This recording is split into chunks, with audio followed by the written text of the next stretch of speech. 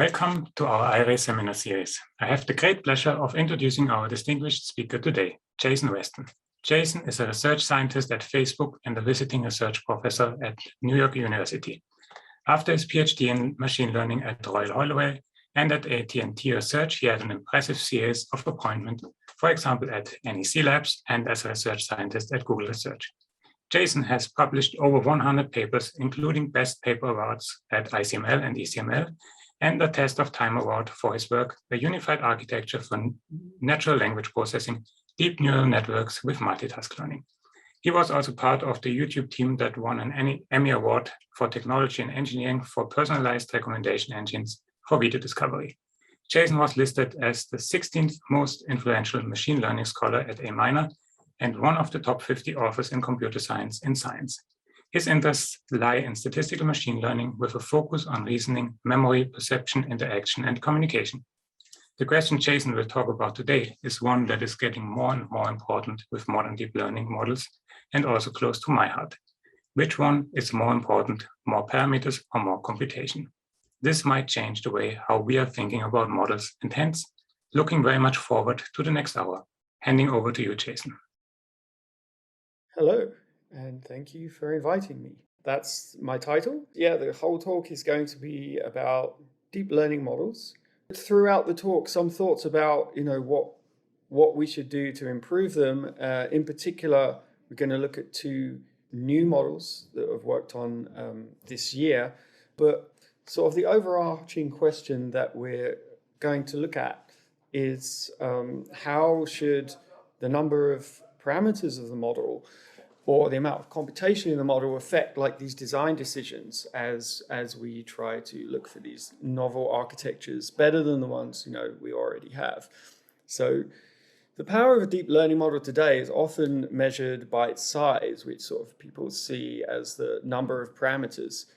However, you could definitely look at the amount of computation to run a model as an important metric as well. So computation is overlooked because in many models today, it's tied to the model size and they're kind of equivalent. So this is true if each parameter participates in the computation when you go through the model only once per input. So if a model has around 1 million parameters, it might take, say, 1 million operations to process an input. And this could apply to a whole raft of models that we use today, including transformers, which have become very popular in both, say, language, vision, and other applications as well these days. But these two concepts don't have to be tied. I've showed a few pictures of dogs here to just show different types of models, large and small, maybe smarter or less smart dogs. So going to return to these dog pictures just to spice up my slides a bit as we go through the talk. With regards to these questions, we're going to look at two new models. As I said, they're called staircase attention models. That's the first part of the talk, and hash layers in the second part of the talk. And this is with my co-authors here, Dexter, Stephen, Sina, and Arthur. First, staircase attention. The goal here is going to be to improve the modeling power of a neural network with a fixed number of parameters. So it's going to be more about what happens if we try and increase the amount of computation. But we're going to keep the number of parameters fixed. So effectively, we want to extract sort of more power per parameter, like modeling power, from this model. In particular, we're going to do that by adding recurrent techniques to transformers, and we'll see that as we go. The outcome of this new family of models is that, they work on some tasks where transformers cannot, in particular when you need to track state across the sequence through time, and they actually give better performance on kind of bread and butter language modeling tasks as well, with the same number of parameters compared to a baseline transformer with the same number of parameters. But they're not necessarily going to have the same amount of compute. They might have more compute, right? So and this can be controlled. So Here's first I'm going to give like a little cartoon sketch of what this model is, and then I'll sort of go into the actual model. And so it's called a staircase attention model. As you can see, there looks like a bit of a staircase here in this cartoon sketch. So along the x-axis here, you've got the sequence of, for example, tokens through time, from x1 to xn and further. And then you have this transformer, which is one single rectangle block here, like T. And we're going to take a whole transformer, and instead of just applying it once, which what you're normally going to do with a transformer, we're going to apply it for a certain block of the sequence through time.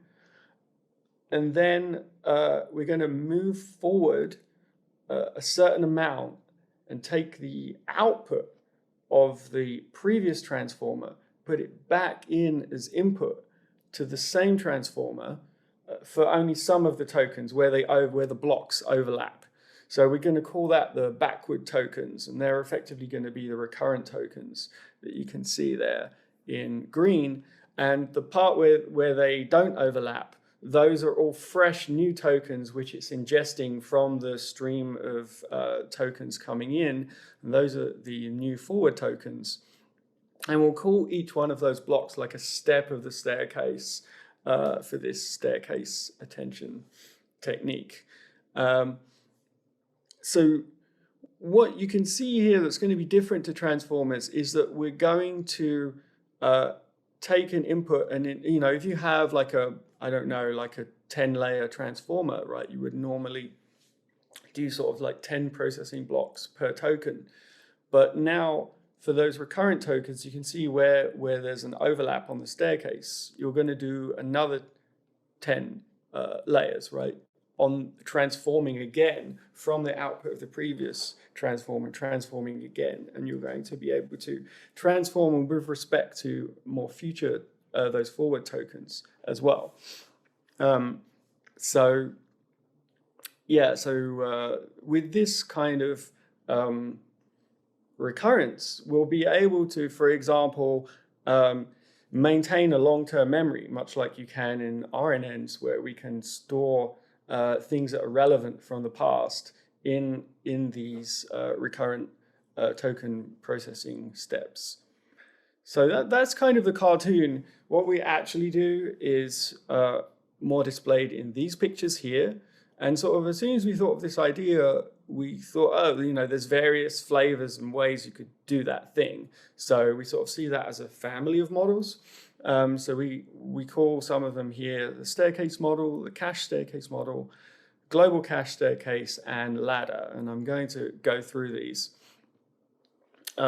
So again, you have a picture here of like on the x-axis, the sequence through time. Here, though, we've separated into chunks of tokens, this H1, H2. Each of those is going to be a chunk of tokens. And then you can see the recurrence from bottom to top of the screen on the y-axis. So each row you can see as one parallel transformer computation that's going to be sort of done in one go. And then the rows are computed recurrently from bottom to top. And on every time or staircase step, the model is going to see one new chunk of tokens of data and perform recurrent steps on a fixed number of previous chunks from the past. After one of those token chunks has done some number of computation, like in this case, four of these blocks, that's when you output the predictions for those tokens. Like in a language model, it would be like to predict the next token. The next in the family is the cache staircase model. So you might not want your model to only go back a certain distance in the history and have that tied to having to do a full transformer processing block for those tokens, which is expensive. So what you can do is still input some of those outputs from old chunks in the past, but don't allow to actually have processing on those blocks. So you just cache the outputs and then attend to those cached values during the attentions in the transformer layers.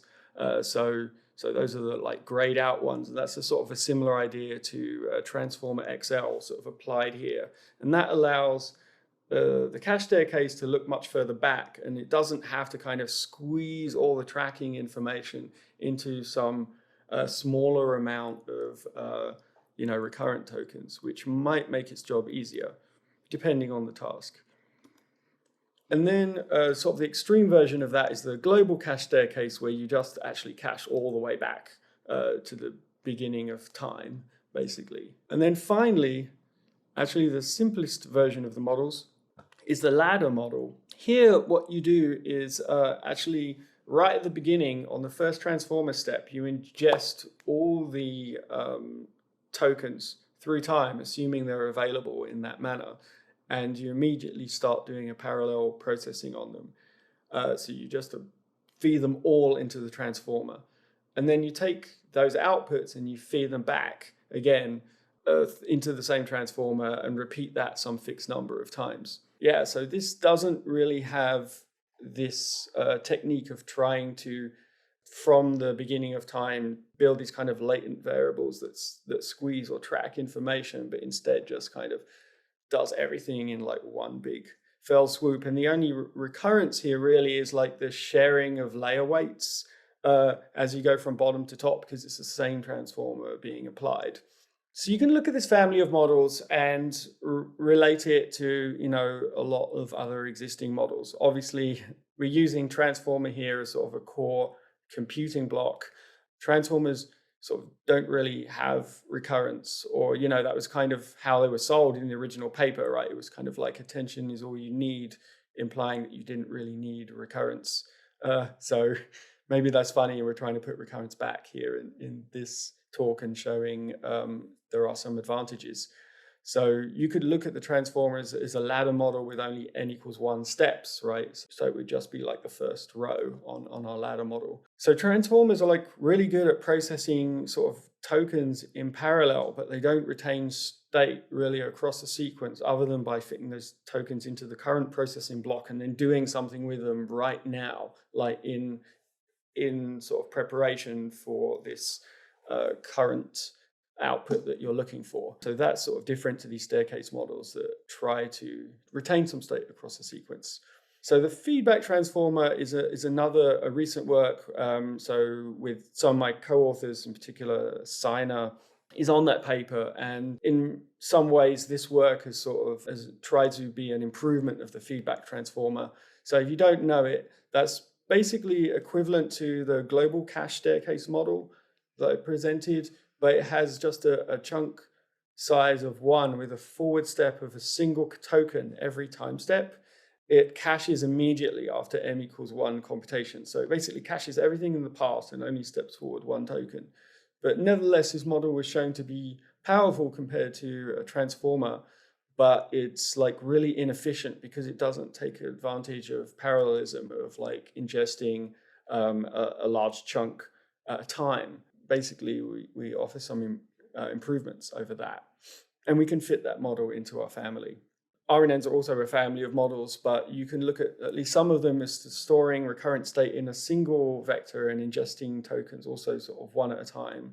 So that could also be seen like a staircase model with a single backward token, a single forward token maybe. So again, staircase models can exploit this transformer style parallelism. That's something I'll sort of be getting at today, is that, with this question about computation and number of parameters, everything is really tied to the hardware that we have today, right? I mean, unless we're writing papers to plan for algorithms for the future, which I also think is a good idea, but, some of those might be ignored today, and people are going to pay attention to models that actually fit the hardware of today. And that's something that transformer style techniques that use that parallelism have done very well. But it can also mean that we're, just an aside, sort of stuck in a little bit of a minimum sort of, stuck to the hardware we have, which sort of prevents us from really innovating completely different things. Anyway, an aside, so there's some, other similar related models. Universal transformer, that tied all the layers of a weights in a transformer. So that could be seen as a ladder model with a transformer with only a single layer, which is much weaker actually than trying to do a ladder model with a multi-layer transformer. I already mentioned Transformer XL, which like caches things in the past, but it doesn't build a recurrent state. And there's a whole, bunch of transformer models, for example, long context ones that try to access further array tokens, but they generally don't build recurrent state. Okay, now some more dogs after that slide with a lot of text, although this one also has a lot of text. Yeah, we're going to look at some experiments on a few tasks. So the first two tasks are like just little simulated tasks that we take from another paper. So there's a random walk task, which involves agents that move around in a small grid, taking random actions, turning and moving forward. And then you get some representation of that, but it's sort of built in such a way that it requires recurrency to predict the agent's location, because you have to sort of track their state. Perhaps similarly, there's an algorithm task, which consists of these algorithm operations, kind of like little bits of code that you have to execute, which again, you need to track state. For example, keep tracking of variable values. It's a bit harder than the random walk task. And then we have like three sort of standard language modeling-y type tasks. So there's using Reddit. So this is a quite large dialogue data set, 1.5 billion comments. Something we call base data, which is data from this method called Sparse Layers, which uses Common Crawl and Wikipedia and some other data sets collected from the Roberta model training. That's quite large. And then NWIC 8, which is a bit smaller, it's 100 million tokens. Yeah, I just want to go straight to sort of overall results here. We're using Transformer XL as a baseline because that kind of worked better than Transformer, as you need some of these distant tokens to perform a little better. And showing the error percentage on the random walk and algorithm tasks and perplexity on language modeling tasks, Reddit and Base. Yeah, immediately you can see on the toy tasks, the simulated tasks, that the Transformer XL is failing on those, and tracking this recurrent state with a staircase and cache staircase models, you can succeed on these tasks. The ladder model actually succeeds on the random walk task, but fails on the harder algorithmic task. But it does do quite well on the language modeling tasks. Actually, a bit better on NWIC 8 than the staircase models, and pretty much the same as the staircase model on Reddit and Base, which are the bigger data sets. And the cache staircase, at least with the parameter setup we chose, was performing a bit worse in this case.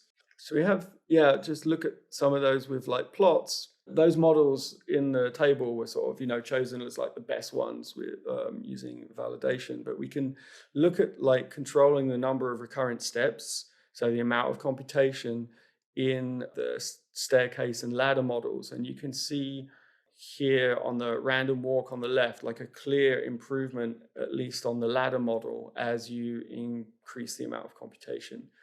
On the algorithm task, it's a bit less clear. The ladder model is just kind of failing, and then the staircase model already gets it with 2 recurrent steps and even overfits perhaps a bit when you increase to the 8 recurrent steps. But on the language modeling tasks, we do also see this clear improvement on the staircase and ladder models, again, as we increase the number of recurrent steps.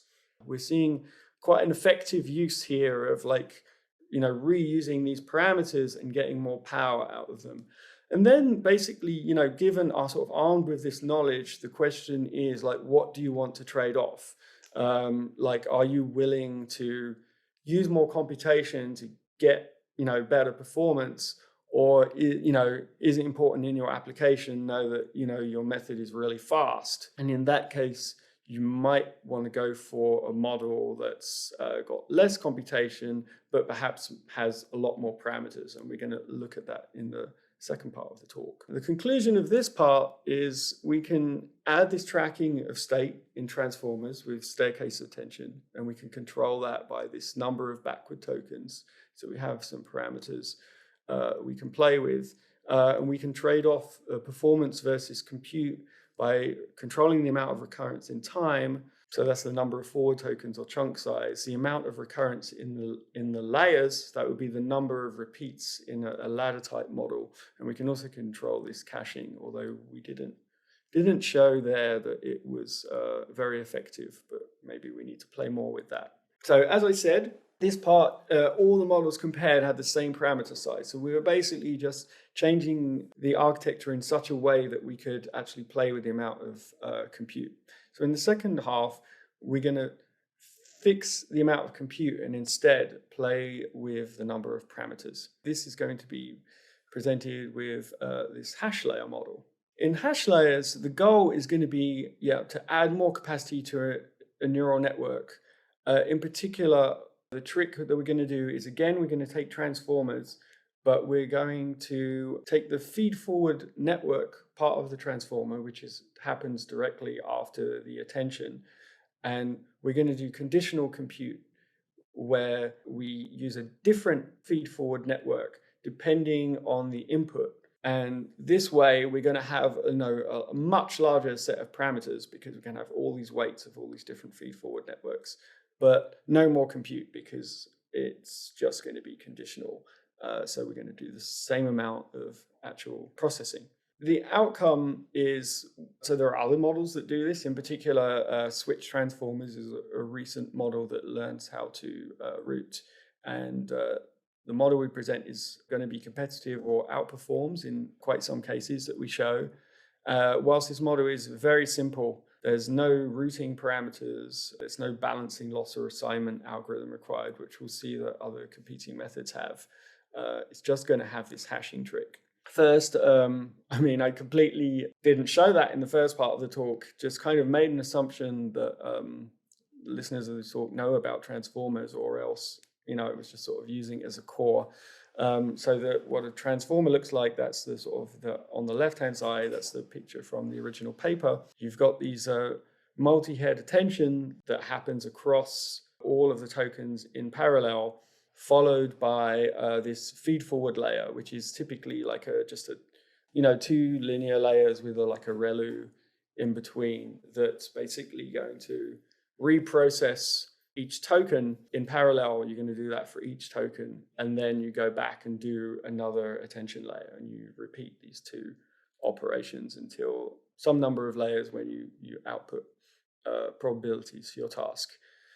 There isn't really any weight tying across layers in transformers, and again, that was the sort of title, attention is all you need. So each one of these feed forwards for every layer is completely separate parameters, right? But if you look sort of vertically, but if you look horizontally, like say in the decoder, you've got a whole bunch of tokens once, or in the encoder as well, and you can look at that you have actually weight tying across that sequence, right? Because you use the same feed forward, called FFN, for all tokens on the same layer, and that's your parallel computation that you do. So that is a sort of a form of weight tying, right? So there's been some models lately that take advantage of this, splitting this out. So in particular, switch transformers, which I mentioned, that's a new model, basically unties those FFNs by having a router, which is basically just takes the hidden state for a given token and just predicts which one of n FFNs with just a simple little neural net for that. Typically just a linear layer, which should be used per token. That's kind of an unsupervised task, if you like, where it's making that choice. Like, you don't have supervision of knowing which FFN. What can happen is when you train, sort of training through that, is that it can hit a local minimum where it just kind of sticks everything in just a few of those FFNs. And so that what they had to do in that work is add a balancing loss where each of the FFNs is sort of roughly eats a similar amount of tokens as other FFNs. And if you don't do that, it kind of can sort of collapse a bit. Another technique called base layers, which is similar, except it uses a linear assignment algorithm to choose which tokens go to which FFNs instead. Then there's lots of other work in this space, sparsely gated, mixture of experts, G-shard, product key memories, and obviously mixture of experts goes way back as well. It's kind of rediscovering and adjusting all those old techniques and putting them into transformers, basically. Yeah, so our observation of the technique that I'm going to describe more comes from a different angle, where those techniques kind of use a router to choose which FFN to use, right? But you don't have to have a sparse layer by learning a router. Like if you look at the very first layer of all these NLP models, there's a lookup table, right, for word embeddings. And that's a sparse layer too, right? So, but it doesn't really have any learning. It just takes each token in the input, looks it up and then returns the word embedding for that word, right? So you can look at it as kind of hashing based upon the current token to give an embedding vector for all tokens. So you could do something crazy like that for FFNs too, right? So you could just have a different FFN for every possible input token. Just look it up and then stick that there after the attention layer instead. So there's no routing, learning to route here. And I think this would probably work if you had enough memory and enough data, obviously, to train this thing, because it's going to have a huge number of parameters. But given that we didn't want to do such a crazy experiment, what you could do to just crunch that down a bit and make it a bit more feasible is use hashing. So, when you have too many discrete features, a popular approach to crunch that down in computer science is just sort of randomly hash that large number of features to a smaller number and then use those instead. So that's basically our main idea, is just hash given the current token to a different FFN, and then you just do that over each token in the sequence. It's going to have a different FFN that it's processing. So that pictorially, that's here. So we're going to hash put this through some hash function, pick out those FFNs, and then go to the next layer. The next question is basically, so what's the hash function? And then we explored a few different versions. So the most obvious is like totally random. So we just, before training, we just assign for every given token in the dictionary a randomly chosen FFN, and then we just go with those. So you could also look at a more balanced hash, so that you already, assign before training, so that given token frequencies, which aren't the same, right? Like the word football is much more common than like a super rare word such as Miyaki on this piece of paper here. So so that's a problem, right? So if you balance your hash, then you can make your hash buckets look more like the picture on the right, where you still can't get quite an ideal balance, because there's some tokens in your dictionary, such as the period or that are just so common that even if they're the only token you put in a hash bin, they're still going to be used. That FFN is still going to be used more than others. But still, it's a lot more balanced than the left-hand side, which is a random hash. So this could both be good for learning, but also for training considerations. If you're training this massive network across a whole cluster, and this is what some people do, they're going to send out some of those tokens to different machines in the cluster, which are going to handle different FFNs, then you might want roughly an equal amount of computation to be just dished out to each machine. So that's when that right-hand bucket frequency might make more sense. We also look at some other techniques. We look at clustering the tokens first. So we just used k-means over a baseline transformers, token embeddings, and then sort of basically hash based on those clusters. So if two things are in the same cluster, they would appear in the same hash. Other possibilities is you don't have to just take the last token. You could hash based on n-grams, or you could do something we call multi-hashing. So this is related to multi-head attention in a way. The idea is we're going to hash subparts of the FFN weights separately and concatenate them together rather than taking a token and then just hashing it directly to one set of FFN parameters. We're going to split up the FFN into parts, have several hash functions. So given a token, you apply the several hash functions and then pull those different sets of weights and then concatenate them together. So this might allow a bit more adaptability and sharing in the model. So, okay, we're going to look at some experiments. Some of these data sets we've already seen before in the first part of the talk. So we're going to use Reddit again. And we're going to use the same data as base. So here we call Roberta plus CC 100EN. So that uses a common crawl English. And then we're going to use Wiki 103, which is a much smaller data set, which crucially, we're going to show some experiments where we change the dictionary of tokens on that data set and show how that has an effect on this technique. Big table, a lot of numbers. I'm going to show some graphs after this that are a bit easier to digest. But so we first trained 3 baseline transformers, so dense transformers that don't have this conditional compute. They have either 11 layers or 22 layers, and then we change the embedding size or the FFN hidden state size with different values there you can see in the parameters, so that we can have different size models, either 222 million parameters or 755 million with either a wider or a deeper transformer. And you can see the valid and test perplexities on Reddit here. So then we're doing a comparison of the switch transformer and this hash layer technique by putting the, we're going to take one layer of the transformer of those 11 layers, and we're going to have 64 FFNs, so 64 modules, that's called, that we route between. And we're going to choose, well, we show that in later experiments, one of the later layers to do that, to have this sort of expert layer because it works better.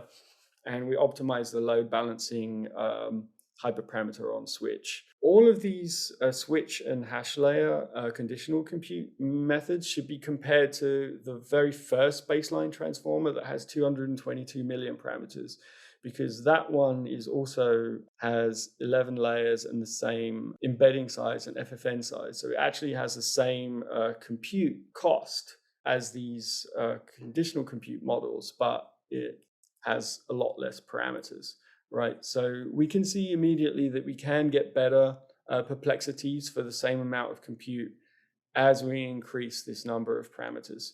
And I'm going to switch to, the plots here, where we show these kind of curves as we do the number of updates during training and how the perplexity goes. So we have the baseline transform, which is the same computational cost here compared to switch and hash layers. And you can see the hash layer is actually outperforming switch, even though switch is kind of a lot more complicated because it has this routing layer that it learns, and it has this balancing loss. And the hash layer is just very simple. It just, directly just hashes to the FFN and that's it. So there could be some reasons why that's better. I mean, one could be, well, the switch layer, it's learning to route, right? So these FFNs that it's choosing are actually going to be moving around during training, whereas in the hash layer, they're fixed. We just choose that in advance. And maybe that's easier for training. Another problem, which we're going to look at in a second, is that the switch layer, the switch transformer, is choosing the routing based on the hidden state at that current expert layer. And we have some reason to believe that might be kind of quite a biased features to choose from that are too similar to the prediction the transformer is already going to make. And that could also result in not performing as well. There's also some issues with the balancing, which we'll see. Yeah, and on the right-hand side, we're comparing to the base layer technique, which, as I mentioned, is another technique. And we're also outperforming that as well. Just some more numbers, so on Common Crawl as well, we see the same thing. We get some improvement over switch transformers. So now, just a little bit of analysis of switch. You can change this load balancing parameter, and if you put that to, so that's the amount in the objective function that you pay attention to try to balance the experts. If you put that at 0, you can see that your performance is actually not much better than the baseline transformer, 24.9 versus 24.8. And you need to sort of pump that up to get better performance. And clearly the choice of this load balancing is important. And it sort of makes you, wonder just how good is this learning to root that it's doing in the first place, right? That it needs this load balancing to actually sort of do anything useful at all. And sort of that's one of the conclusions maybe in this part of the talk, is that this conditional compute is still, at least for transformers, in a very early stage of understanding what's going on. And maybe none of these techniques are really doing it very well. Nevertheless, so we can look at changing the number of modules, the expert modules, on the left-hand side here, and we see perplexities improving, but we actually see a gap growing between the hash layer and the switch transformer as we increase the number of modules. So you could imagine that learning to root might be more important if you have less experts, right? But when you have lots of them, maybe the learning's not that important and you could just hash anyway, or at least that's one possibility that could be implied by this plot. On the right-hand side, we show where we're going to put the expert layer out of the 11 layers we have, and the performance of where we place it. And you can see if you put the expert layer earlier on in the transformer, you don't get as good performance as when you put it later on in the transformer with the best performance at layer 7. So you could understand that by, maybe you really need to do some processing on these tokens and get them into an interesting state before you do this conditional computation and really make those fine differences with those different FFNs. So we also tried this multi-hashing technique with either splitting the FFN into 2, 4, 8 chunks with these hashes 2, 4, 8. And we also see a little bit of improvement there, at least in this case with 32 experts, and that actually increases the gap from switch transformers a little bit more. But here's where the hash layer doesn't work so well. We're on Wiki 103. We tried 2 different token dictionaries, right? You can process the original text how you want. So the original data set has 267,000 tokens. And we also look at tokenizing it with another dictionary from another work, BlenderBot, which has 8,008 tokens. And the standard dictionary, we actually see with where there's many tokens, we actually see that switch outperforms a layer hash.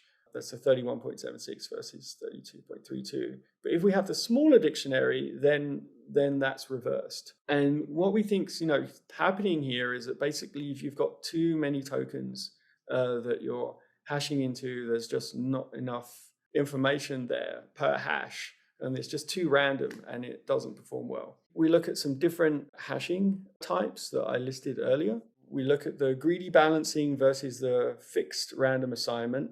Although they might have slightly different computational costs, depending on the way you're training, they actually have pretty similar performance. I put a little tick by them. But if you do the token clustering based hash that I described before, so 2 tokens in the same cluster would go into the same hash, that actually performs quite a bit worse. So I think this is interesting, and one hypothesis we have there is that you've got 2 tokens which are similar words, say football and soccer, but do you really want to route them to the same FFN? So this token clustering is going to do that, whereas the fixed random assignment has a high probability that it's not going to do that. It may be that actually what you want to do is have very fine distinctions between similar words, and you want to route them to different FFNs using the hash, and that's why you see that difference. And this, also can explain, partly why you'd want to do this expert module sort of later on in the transformer, so you can again make those fine differences. So we sort of tested that by doing the opposite of hashing within a token cluster. So making sure everything in the same cluster goes to a different hash, and then we get back the better performance of the fixed random assignment. We also tried things like just sort of a sanity check where we just hash based on the position in the sequence. So rather than using the token itself, and that just doesn't work. So that's a sort of a sanity check that okay, it's actually the token information that matters, not where it is in the sequence.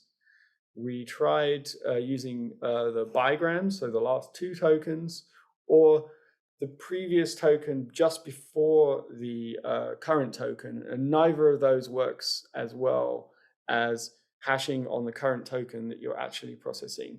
So this is interesting because it seems like, this conditional compute is extremely local, right? It's not using that much like global properties of like the sequence and what it's processing. It's just doing like at least with the methods we have to perform well, you just have to do something really local on the sequence. We did some other stuff where we said, okay, sort of an oracle hash where, okay, we actually know what the token in a language model we're going to predict next is. So we could actually hash based on that token.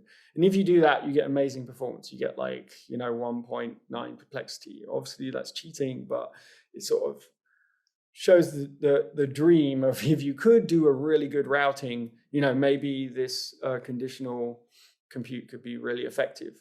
So when we saw that, we thought, oh, maybe we can just try to predict the future token, say using a baseline transformer, and then route using those labels. But actually, that didn't work at all. So we just got like a 20, the same perplexity as the baseline transformer. So one reason why that could be is that it's basically too biased to what the transformer is already going to do. Whereas maybe, what you want this hashing to do is sort of an ensembling type effect where it's offering something new. And, that's why maybe hashing just based on the input token versus what switch does, which is sort of routing based on the hidden state, is actually a little bit better.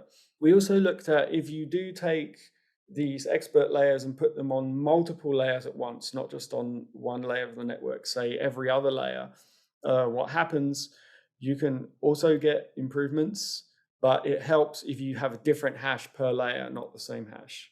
We also did some experiments with switch transformer where we asked the question, what happens if instead of like routing based on the hidden state, we actually just route based on the token using switch. So we added to the given layer that does the routing instead, like embeddings, a new lookup table that has embeddings of every token that are learnable, and then we route based on that embedding of the token. And we actually got some small improvements over the switch transformer with that, which could help justify this hypothesis that indeed the hidden state's a bit biased. And yeah, that's kind of the things we've explored in that space so far.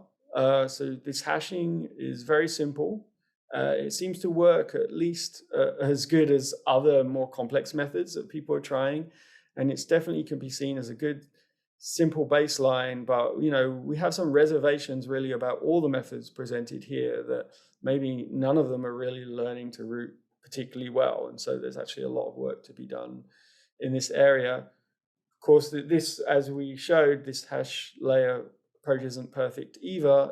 In particular, when we went to like n-grams or a large dictionary, it wasn't as effective. And maybe it's not as effective when you want to have experts on multiple layers as well, although that's unclear and needs more work. Getting to the conclusion now. So back to the original question, more parameters or more compute. I mean, we've presented these two methods, the staircase and the hash. So we could have more power per parameter, which may need more compute. We could have more parameters where we try not to increase the compute. But we could ask the question, why not both? Can we combine these two things? And at least with these two methods I presented, the answer actually seems like yes. We take the baseline transformer again from the hash layer experiments on Reddit. There's a perplexity of 24.9 here, and we compare to a ladder model with 3 steps, a hash layer model with 751 million parameters. And they both sort of dip that validation perplexity into the 23s, But then, these methods are kind of orthogonal. We can just add them together. So we just take a hash layer based transformer and repeat it 3 times ladder style, and that actually gets us down to 21.96 perplexity. So yeah, they can actually be used together, which we think is pretty interesting, that they're kind of doing different things.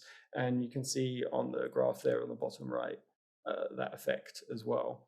Just to wrap up, so in the future, I think this question is going to stay with us, parameters versus compute, and it's something that we should keep sort of in the back, or maybe a little bit more into the front of our minds as we're designing new models and trying to find the best architectures for the future, and just everybody keep innovating, because we're not there yet. Thank you. Thank you, Jason. So I think we have already some very first questions popping up. So the first 2 are from David Kyle, and I'll ask the second one first, because that's one on the hash functions, which are fresher on mind, I think. So some of the performance differences in the table seem small. Can you say what variance you would expect simply from random chance? i.e., are these differences all significant? Yeah, the differences are definitely significant, but I agree they're not huge in these experiments. So we actually chose relatively small numbers of parameters. I mean, they're not like that small, but thing is, we did a lot of experiments. So if you look at something like GPT-3 or something like that, people scale up to these massive models, right? But when you're doing experiments trying to understand a new model, you don't want to boil the ocean. But what you'll find basically, if you actually scale up that technique, which is easily is scalable to vastly more parameters, you'll see that those differences actually get quite large. And you can see that from, say, the switch transformer or the base layer paper. They do that, and then show that those differences get bigger. But we didn't really want to do like this huge sort of analysis of all these hash layers and all that within that regime, because it just would have been too much money and time, and not super green either. So yeah, I think that's what's going on there. Great. So I think the other question was pretty early, and that I think was on the staircase models diagram, I guess. Where is the cache at t equals 0? I mean, yeah, there is no cache at the beginning. It's going to, everything is actually going to be computed until we get to this 5th one here. And then the model doesn't extend back more than like 4 chunks. So it starts caching the ones earlier than that. But if the sequence is actually shorter, I mean, it's only, goes up to 4 chunks, then it doesn't need to do any caching. So that's kind of what we did there. I feel like we didn't really, I mean, we got worse results on this one. I feel like we didn't really explore all the possibilities. Moritz, I have a couple of questions. Shoot. Thanks. Thanks, Jason. I like what you did. First question, the FMNs are fully trainable, I would assume. Did you ever look how much is the difference between the different experts, between the different FFNs? I don't know how to measure the difference, to be honest, but it could be you always produce the same network. Yeah, I did look at that, actually, not in the slides, but no, yeah. So we tried, because we thought, maybe we can do some algorithm where we train for a bit, and then we take, for every token, we put it through each expert and see if it's actually doing better in one of the experts, and then reassign the hash or something like that. But we just basically found, at least if we train for a certain length of time, there's no better bin than the one you're already in, basically. So there was basically, for a given token, it was getting like the good performance, and if we moved it to any other one, it was getting like a bad performance.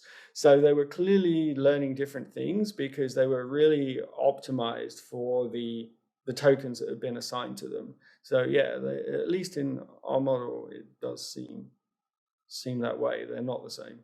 Oh, cool. I like this.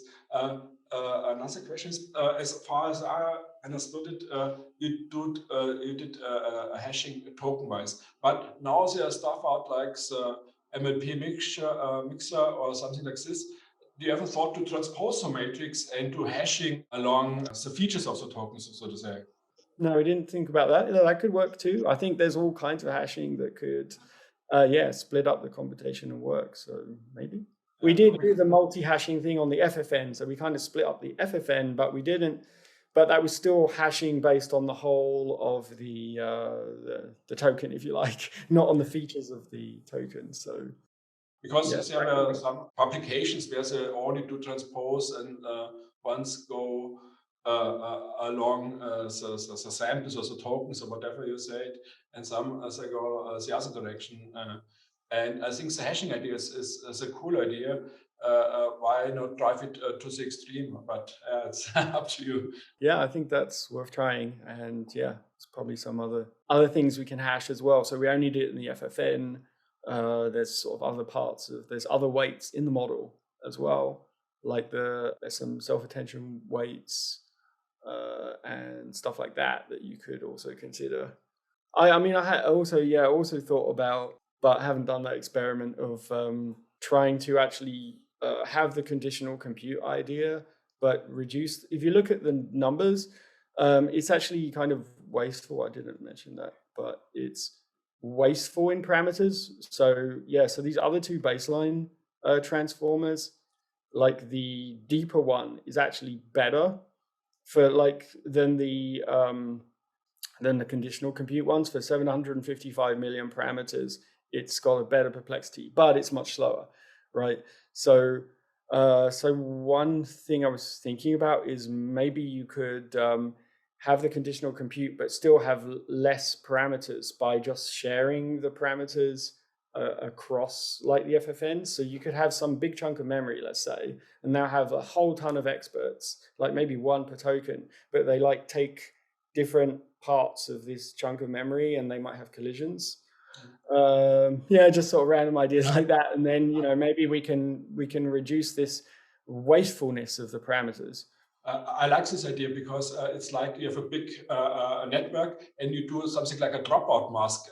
Hashing is building a dropout mask in your big network, and then you can share some processes because across different experts.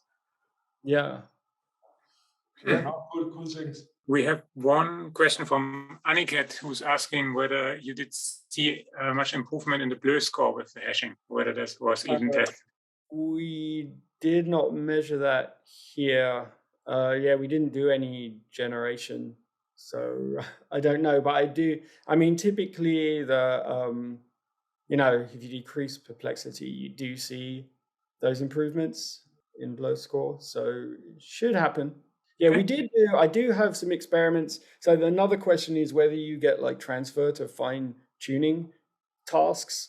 So we did do some experiments on that, which I didn't put in these slides, but we tried after, say, training this Reddit model, because I do a lot of stuff in dialogue. We then tried fine tuning on these MTurk data sets that we use for making good chatbots. And we did see some conversion transfer to the actual end task.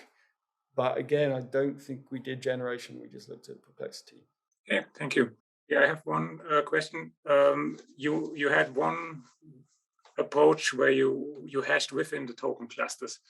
That doesn't seem to be very intuitive. Or how can you explain how that actually explains the good performance? Yeah, so the way we do that is basically, so I think it was sort of we use k-means, we use 128 clusters, and then you take one cluster and you would take all the tokens that are in it, and then you would just sort of go through them in a sequence. Say, okay, the first one in that cluster belongs to hash 1, the next one belongs to hash 2, the FFN.